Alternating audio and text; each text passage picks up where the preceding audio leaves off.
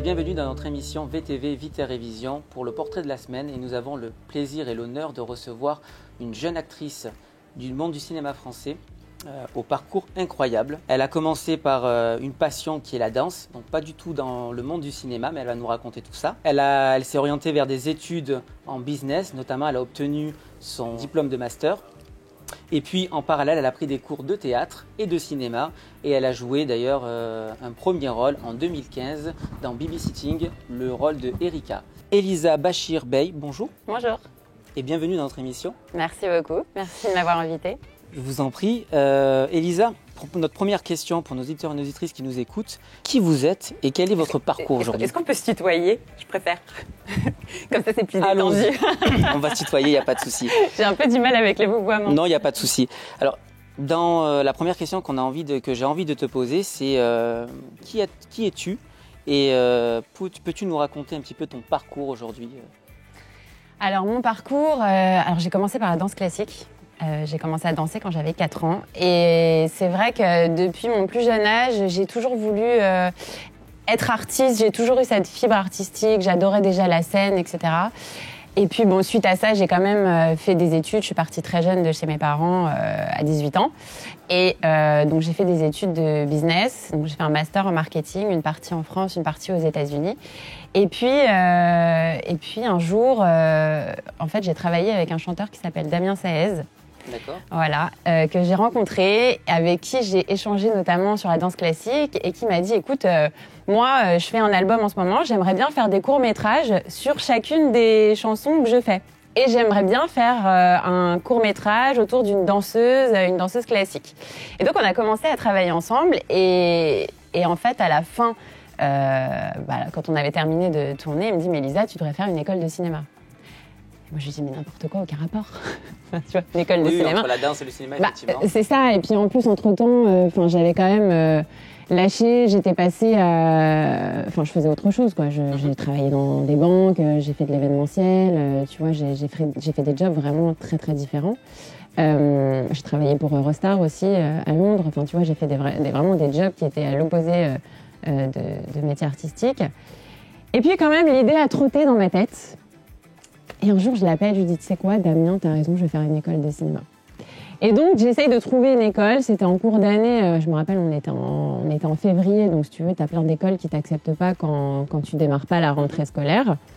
Et puis, Béatrice Brou, que j'avais contactée, qui avait une école de théâtre et de cinéma, me rappelle et me dit, moi, je veux bien qu'on fasse une journée test.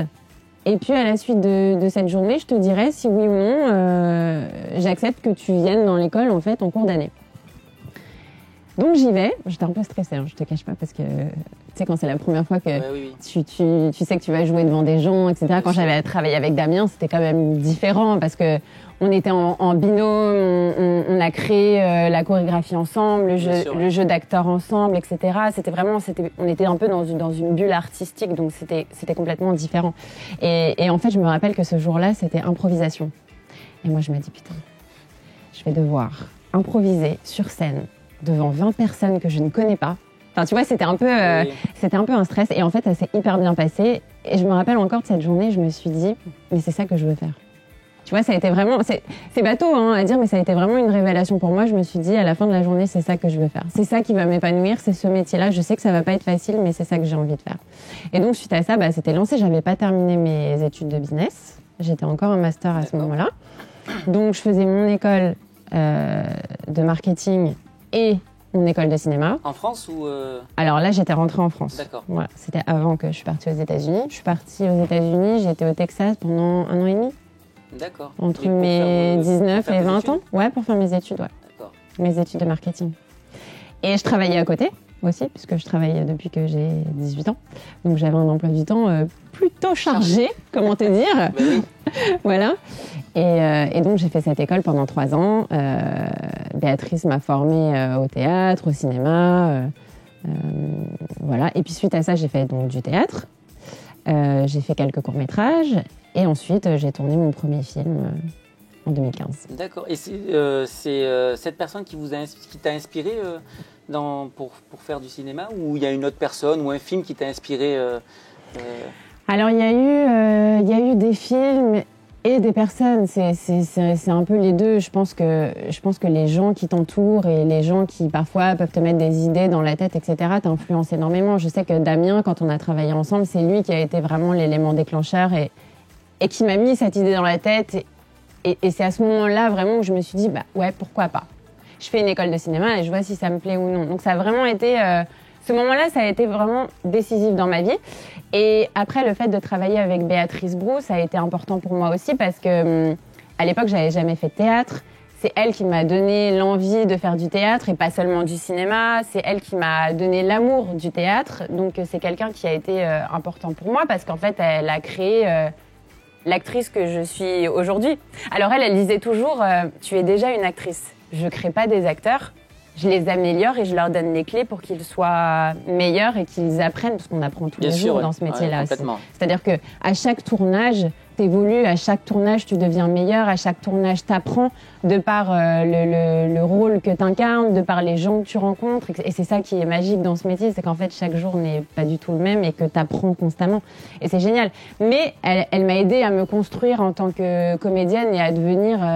solide, entre guillemets. Après, bien sûr qu'il y a des films qui m'ont marqué. Je pense à Charlize Theron dans Monster. Oui. Tu l'as vu ?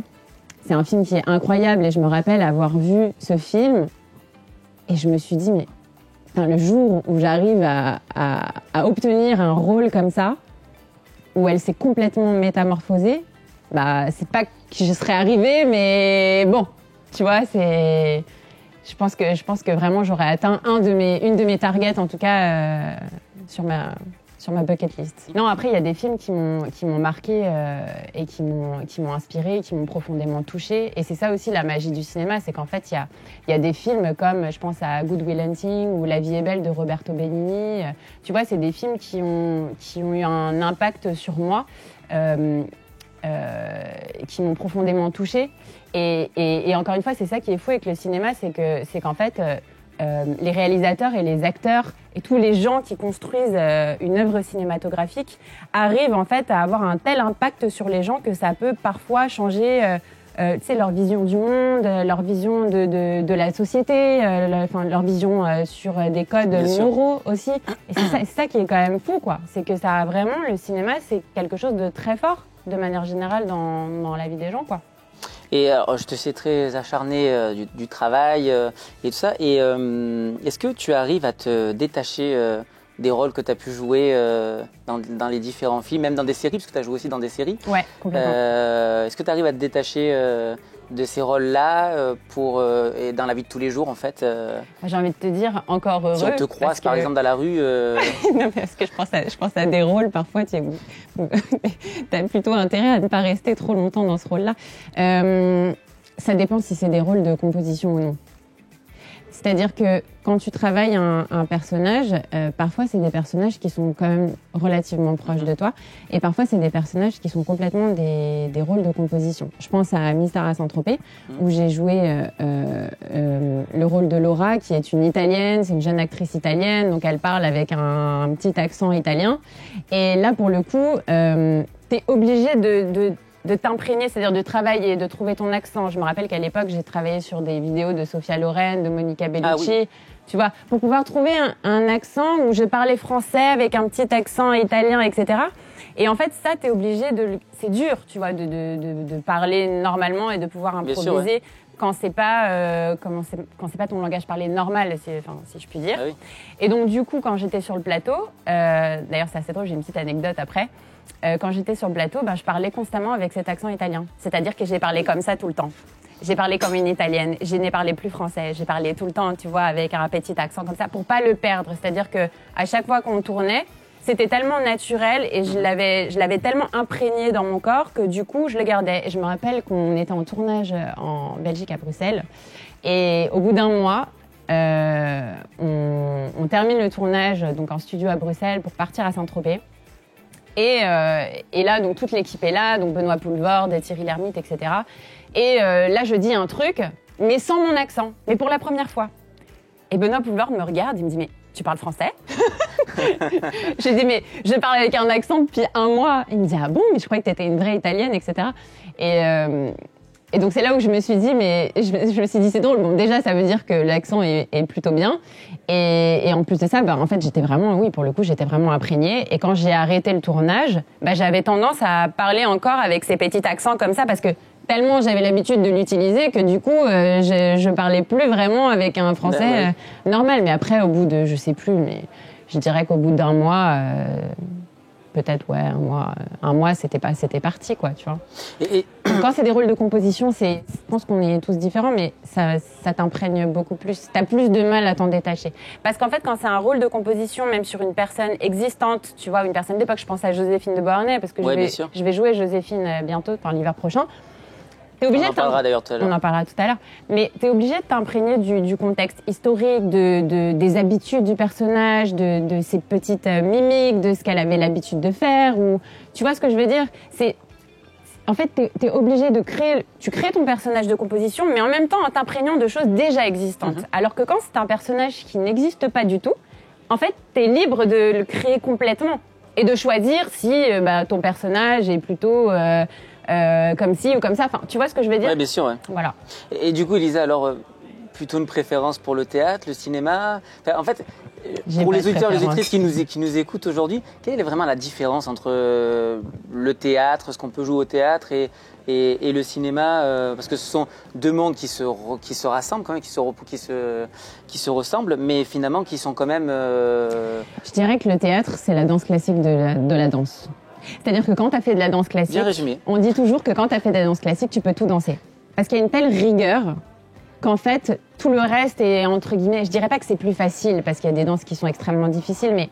Je vais pas te demander une démo. Non, mais c'est la discipline où c'est le plus... c'est le plus dur. C'est là où on demande le plus de rigueur. Et le théâtre, c'est un peu pareil. Parce que le théâtre, t'as pas le droit à l'erreur. C'est-à-dire que quand tu montes sur scène, que tu sois malade, fatigué, pas en forme, tu dois être au top sur scène. Tu vois ce que je veux dire ? Oui, alors tu peux pas refaire de reprises. Tu peux pas refaire des prises, t'es obligé de avoir des trous de texte, c'est compliqué, t'es obligé d'être en forme, t'es obligé de... Bon, voilà. Alors qu'au cinéma, tu dois être à fond aussi.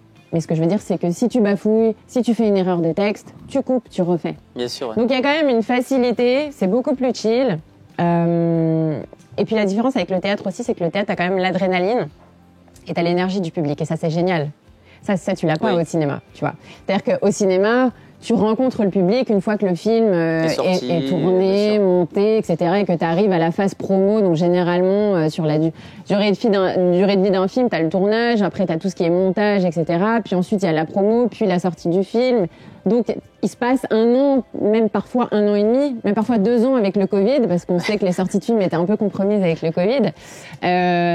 Donc du coup, t'es sorti. Si tu veux, t'es sorti de film et tu y reviens ensuite pour faire la promo et découvrir ce que les gens ressentent vis-à-vis de ce film, de ce que tu racontes dans ce film, etc. Tu vois, donc c'est différent, en fait. Et puis tu vis l'énergie des gens, comment dire, je dirais pas à l'écart, mais un peu. C'est-à-dire que quand t'es dans une salle et que tu vois les gens regarder, mettons, une comédie, et tu les vois rire et tu les vois en train de kiffer, quoi. Le film, toi, t'es quand même un peu à l'écart. Quand t'es sur scène, c'est le public et toi. C'est-à-dire qu'il y a il y a une approche, il y a un lien, il y a un lien qui se fait. Il y a une connexion. Tu vois ce que je veux dire ? Et ça, c'est un truc qui est génial. Mais les deux sont bien. C'est juste différent, quoi. Et du coup, ça emmène à ma question suivante.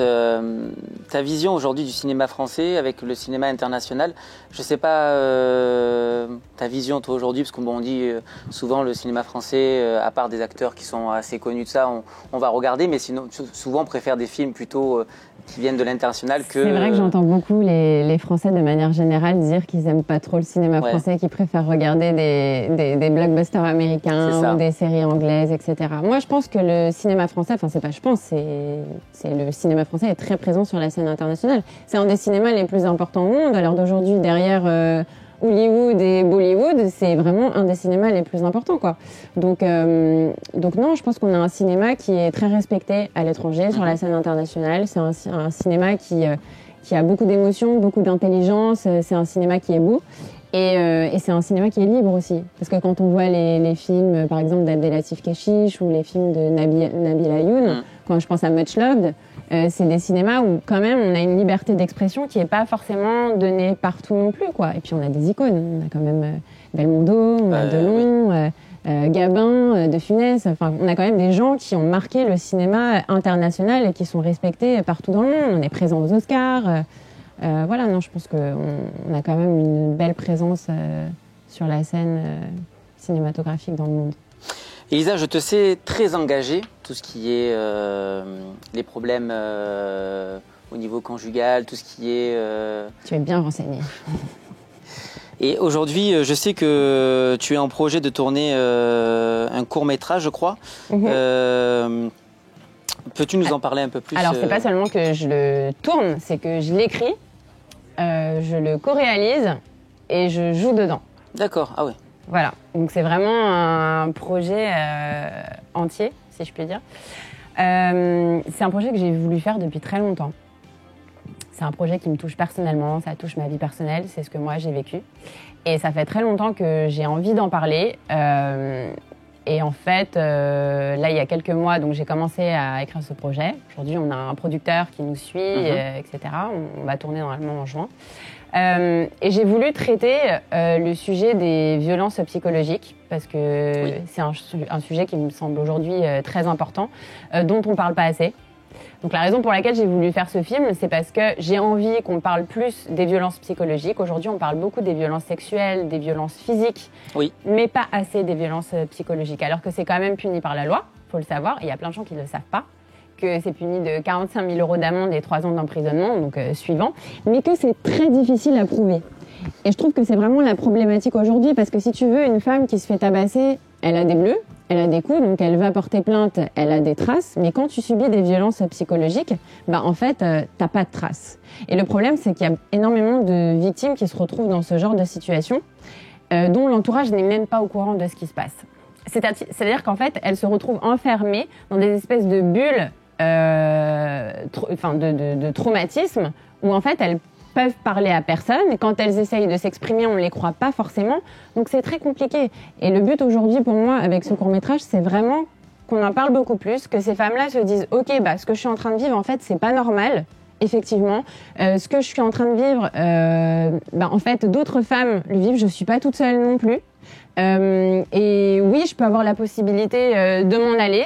Bon, après, il y a certaines femmes qui me parlent jamais. Moi, avant d'écrire ce film, en fait, j'ai rencontré beaucoup de femmes qui avaient vécu... Oui, c'est ce que je voulais te dire. Tu as rencontré des femmes j'ai rencontré des femmes qui ont vécu les mêmes choses que moi, etc. Et il y a certaines femmes qui sont restées mariées pendant 20-25 ans parce qu'elles ont des enfants, parce qu'elles n'osent pas partir, parce qu'il y a aussi des femmes, parfois, qui rencontrent leur mari très jeune et qui n'ont pas forcément vécu d'autres relations. Bien sûr. Ou la peur des représailles. La peur des représailles, oui et non. En fait, les violences psychologiques... Ou du regard peut-être. C'est vraiment à démarquer des violences physiques. C'est-à-dire que généralement, ces hommes-là sont pas du tout dans les coups, sont pas du tout là-dedans. Vraiment, l'emprise est purement psychologique et c'est ça qui est très vicieux. Et en fait, le truc, c'est qu'il y a énormément de femmes qui osent pas partir parce qu'elles sont... c'est comme si elles étaient attachées à leur bourreau, mais tout se passe dans la tête. Tu vois ce que je veux dire ? Oui. Et donc, bon, il y a cette raison-là qui fait que c'est compliqué de partir. Il y a les enfants, parfois. Il y a le fait qu'elles se rendent pas forcément compte que ce qu'elles sont en train de vivre, c'est pas normal. Et donc, le but aujourd'hui, c'est de pouvoir parler de ça, de pouvoir faire en sorte que ces femmes ne se sentent pas toutes seules, de pouvoir faire en sorte aussi peut-être que le gouvernement en parle un peu plus, parce que moi, quand j'ai fait des recherches sur Internet, en fait, on parle beaucoup, encore une fois, des violences physiques et sexuelles, mais il n'y a pas grand-chose sur les violences psychologiques. Parce que c'est très difficile de l'exprimer. En fait, si tu l'as pas vécu, si tu n'as pas rencontré de pervers narcissique, ce qu'on appelle le pervers narcissique, tu as forcément entendu cette expression, le pervers narcissique, etc. En fait, tu sais pas ce que c'est, quoi. Et donc, mon but aujourd'hui, c'est de le montrer, c'est de mettre une image sur ça, sur ce que c'est. Et de vous montrer, voilà, c'est ça. Les insultes, c'est pas OK. Le fait de critiquer le corps d'une femme ou de la comparer à une autre, c'est pas OK. Tu vois ce que je veux dire ? Moi, j'ai déjà entendu un homme qui m'a dit « Mais Elisa, moi, j'essaye de ne pas t'insulter parce que je sais que toi, t'es très sensible et que, du coup, oui, bon, je vais essayer de pas heurter ton émotion, mais en soi, c'est pas grave. Il y a plein de femmes que ça ne dérange pas quand je leur dis « Excusez-moi pour les mots, va te faire enculer, ferme ta gueule. Oui, » alors que c'est grave. Ah oui, c'est très grave. C'est très grave.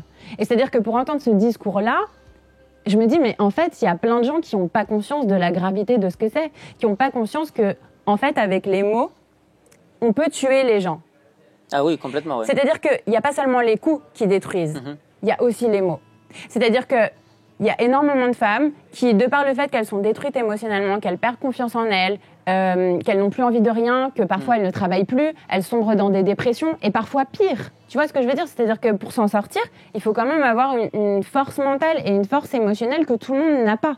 Tu vois? Et encore une fois, comme je disais tout à l'heure, certaines femmes ont des enfants, sont parfois dans des contextes familiaux où elles n'ont pas forcément envie de tout quitter et de partir, et donc elles préfèrent supporter. Et c'est horrible, quoi. Donc, et c'est bien que tu viennes en parler, parce que c'est vrai que y a beaucoup de femmes qui en souffrent de ça et qui ne viennent pas en parler à l'antenne, qui ne viennent pas en parler, parce que c'est vrai qu'on n'entend pas beaucoup parler, en fait, mais c'est parce qu'elles ne viennent pas non plus, et je peux comprendre, hein, parce que, comme tu le disais si bien, elles ont peur de plein de choses, et c'est bien que tu puisses venir en parler, que tu puisses même le mettre en scène, parce que c'est dans ton court-métrage, c'est ce que tu vas Exactement. faire. Et moi aujourd'hui, j'assume complètement le fait que c'est ce que j'ai vécu, que c'est mon histoire, j'en ai pas honte. Après, je peux comprendre qu'il y a certaines, parce que je l'ai vécu aussi, il y a certaines femmes, dont moi, à une certaine période de ma vie, qui ne veulent pas parler de ça, parce que quand tu es encore dans une relation et que tu vis ce genre de choses, et oui. En fait, quand tu dis, bah voilà, je suis dans une histoire et la personne avec qui je suis m'insulte et me dit ce genre de mots, etc., bah, les gens en face de toi vont te dire une chose, bah va-t'en. C'est pas tolérable, donc va-t'en. Sauf que toi, t'es tellement sous emprise qu'en fait, t'es dans un espèce de cercle vicieux où t'as envie de partir, mais t'y arrives pas. Donc c'est très compliqué, c'est aussi pour ça qu'il y a énormément de femmes qui n'en parlent pas. C'est qu'en fait, elles ont peur du discours des autres, elles ont peur du regard des autres, elles n'ont pas envie non plus Enfin, elles ont honte en fait de dire, bah voilà, moi je suis en train de vivre ça. Alors que non, c'est pas normal. Et qu'on peut s'en sortir. Et que tous les hommes ne sont pas comme ça. J'y crois profondément. C'est-à-dire que même moi, après avoir vécu ce genre, et à plusieurs reprises d'ailleurs, pas qu'une fois, ce genre de choses, de situation, bien sûr. Ce genre de situation, je crois toujours qu'aujourd'hui, il y a des hommes bien et des hommes pour qui ça, c'est pas tolérable. Oui, non, mais c'est bien de venir en parler, effectivement, parce que c'est vrai que voilà, on n'en parle pas beaucoup. C'est un sujet qui est des fois un peu même tabou. Ouais. D'ailleurs, le gouvernement n'en parle pas tant que ça. Et je lance un petit message d'ailleurs à Marlène Schiappa, qui est en charge de ces sujets-là d'ailleurs. Et d'ailleurs, pourquoi pas réaliser une émission. Et j'espère que tu pourras venir accepter notre invitation pour pouvoir échanger notamment avec la ministre sur ce sujet-là. Ça serait super. Elisa, une autre petite question et une dernière, et puis après on passera à ton actualité, si tu peux nous expliquer un peu ton actu et tout ça. Une vision, parce que nous, c'est vrai qu'on est très attachés au sujet qui tourne autour de l'environnement. Et quelle est ta vision aujourd'hui en tant que jeune actrice, en tant que citoyenne tout simplement, de l'environnement aujourd'hui, de la situation actuelle? On entend beaucoup parler, il y a eu le dernier rapport du GIEC qui montre qu'il y a une hausse du réchauffement climatique, qu'il y a une augmentation de notre empreinte carbone, malgré toutes les solutions qu'on essaye de mettre en place, notamment autour des énergies renouvelables, tout ça. Mais on s'aperçoit que finalement, ça ne fait qu'augmenter et ça va même s'empirer si on n'agit pas rapidement. Donc, quelle est aujourd'hui ta vision et le message que tu pourrais passer à nos auditeurs et nos auditrices qui nous écoutent aujourd'hui? Je pense qu'effectivement, comme tu le dis si bien, la situation est critique et qu'il y a énormément de gens qui ont tendance à penser que ça ne les concerne pas. C'est-à-dire qu'ils ne se rendent pas compte que la problématique du réchauffement climatique, en fait, c'est demain. Et qu'il va y avoir de plus en plus de catastrophes naturelles et qu'en fait, il faut s'en occuper maintenant. Et il y a énormément de gens, en fait, qui se disent bon, bah, moi, ça ne me concerne pas. Et je pense que un des problèmes principaux, c'est ça. Je pense qu'on peut faire quelque chose à notre échelle, c'est-à-dire dans notre quotidien, que ce soit par manger moins de viande. Je ne dis pas aux gens de devenir végétariens, simplement de consommer moins de viande, parce qu'on sait que les élevages de vaches, c'est ce qui dégage le plus de méthane, donc qui endommage la couche d'ozone. Et puis toute l'alimentation derrière qu'on doit produire pour cet élevage. Ouais. Ça, on le sait. On le sait que c'est une des choses qui pollue le plus. Donc, si on peut, dans son quotidien, essayer de privilégier des protéines un petit peu différentes que la viande, je pense que c'est faisable, déjà d'une. De deux, éviter de prendre l'avion quand tu peux prendre le train. Éviter de prendre la voiture quand tu peux prendre ton vélo ou une trottinette ou marcher. Je pense que c'est plein de petites choses comme ça au quotidien. Éviter de mettre une clim chez soi.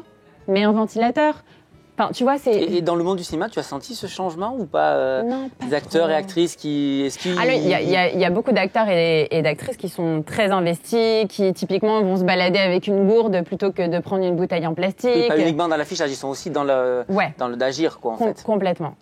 Mais je pense que typiquement, je fais beaucoup de plongée et quand je vois dans la mer les déchets, le plastique, etc., je me dis, mais en fait, les gens, même sur la plage, je pense que tu l'as vu aussi, tu vas sur la plage, les gens laissent leurs déchets. Tu vas dans les parcs à Paris, les gens laissent leurs déchets sur l'herbe. C'est-à-dire que tu peux pas manger, prendre tes déchets, les mettre à la poubelle, ça te coûte rien, quoi. Oui, il y a une responsabilité de l'individu. Il y a une vraie responsabilité de l'individu à améliorer. C'est-à-dire qu'il y a plein de petites choses. On vous demande pas d'acheter une voiture électrique et tu vois, c'est pas ça. Mais c'est que il y a quand même des petites choses au quotidien qu'il faut mettre en place dans sa vie et qui, au final, au fur et à mesure, deviennent naturelles. Après, il y a l'implication du gouvernement sur tout ce qui est les entreprises, etc. Je pense aux entreprises agroalimentaires, par exemple. Je sais pas si ça t'est déjà arrivé aussi, t'achètes un paquet de gâteaux, t'as le paquet de gâteaux, les emballages, dans les emballages. L'emballage, c'est un vrai sujet, ouais, effectivement. C'est un vrai sujet, les emballages. Faites quelque chose. Je sais pas si le gouvernement peut pas faire en sorte que les entreprises agroalimentaires mettent seulement des boîtes en carton et évite les sachets en plastique à l'intérieur. Enfin, tu vois, et surtout faire appliquer les lois, parce que par exemple, tu vois, il y a une loi qui est sortie depuis 2013 sur le fait que les entreprises et les agences doivent pas laisser allumer leurs agences, les façades. Et les entreprises et les façades. Mais d'ailleurs, il y a un groupe de jeunes qui tournaient dans Paris la nuit justement pour éteindre toutes ces façades. Pourquoi vous laissez les façades allumées? Je comprends pas. Cette loi, elle est toujours pas appliquée puisqu'il y a encore des entreprises et des agences, vous pouvez voir, les agences de voyage et tout ça, qui sont aujourd'hui encore allumées alors qu'il y a personne dans l'agence. Et c'est vrai que c'est dramatique. Alors qu'il y a des lois, il y a une loi qui existe, mais elle n'est pas appliquée. C'est ça. Alors que ça, pour le coup, ça a zéro impact sur notre vie quoitidienne. Enfin, je veux dire, tu vas pique-niquer dans un parc, tu prends tes déchets, tu les mets dans la poubelle. Tu prends, je sais pas, tu vas sur un bateau ou tu vas sur la plage, tu prends tes déchets, tu les jettes à la poubelle. À un moment donné, ça te coûte rien, quoi. Non. Je veux dire, tu travailles dans une agence immobilière, t'éteins la lumière. Ça te coûte rien, personne va venir t'acheter une maison la nuit. Enfin, tu vois ce que je veux dire. À un moment donné, les gens dorment, quoi. Et les gens qui sont toujours réveillés à 3-4 heures du matin, à mon avis, ils sont pas très frais. Non, et puis d'ailleurs, c'est les mêmes personnes qui disent on doit réduire notre coût énergétique parce que ça a explosé. Mais oui, mais commence déjà par justement éteindre la nuit et ta facture elle diminuera avec. Donc c'est vrai que on dit oui par l'affichage, mais finalement c'est ce que je reproche un petit peu moi aussi. C'est le côté de dire on est plutôt aujourd'hui dans l'affichage que dans le fait d'agir et c'est un peu dommage. Et c'est vrai que je voulais avoir ta vision effectivement sur ce sujet-là parce que c'est un sujet important et je pense que les acteurs et actrices peuvent porter aussi des messages positifs et pas négatifs sur ce sujet-là. Complètement. Lisa, l'émission arrive bientôt à sa fin. Dommage. J'étais bien avec toi, moi. Ah, c'est gentil. On refera d'autres émissions. Avec grand plaisir. Et je voulais, pour terminer, connaître un petit peu pour les auditeurs qui nous écoutent, ton actualité. Alors, qu'est-ce que tu vas faire de beau dans les prochains jours, prochaines semaines? Comme je te le disais tout à l'heure, je vais jouer Joséphine de Beauharnais, donc dans une pièce qui s'appelle Mio Dolce Amore, donc l'hiver prochain. Avec l'accent? Mio Dolce Amore. J'adore. Je joue pas avec un accent. Je signe. Donc c'est une pièce de Jérôme Andry.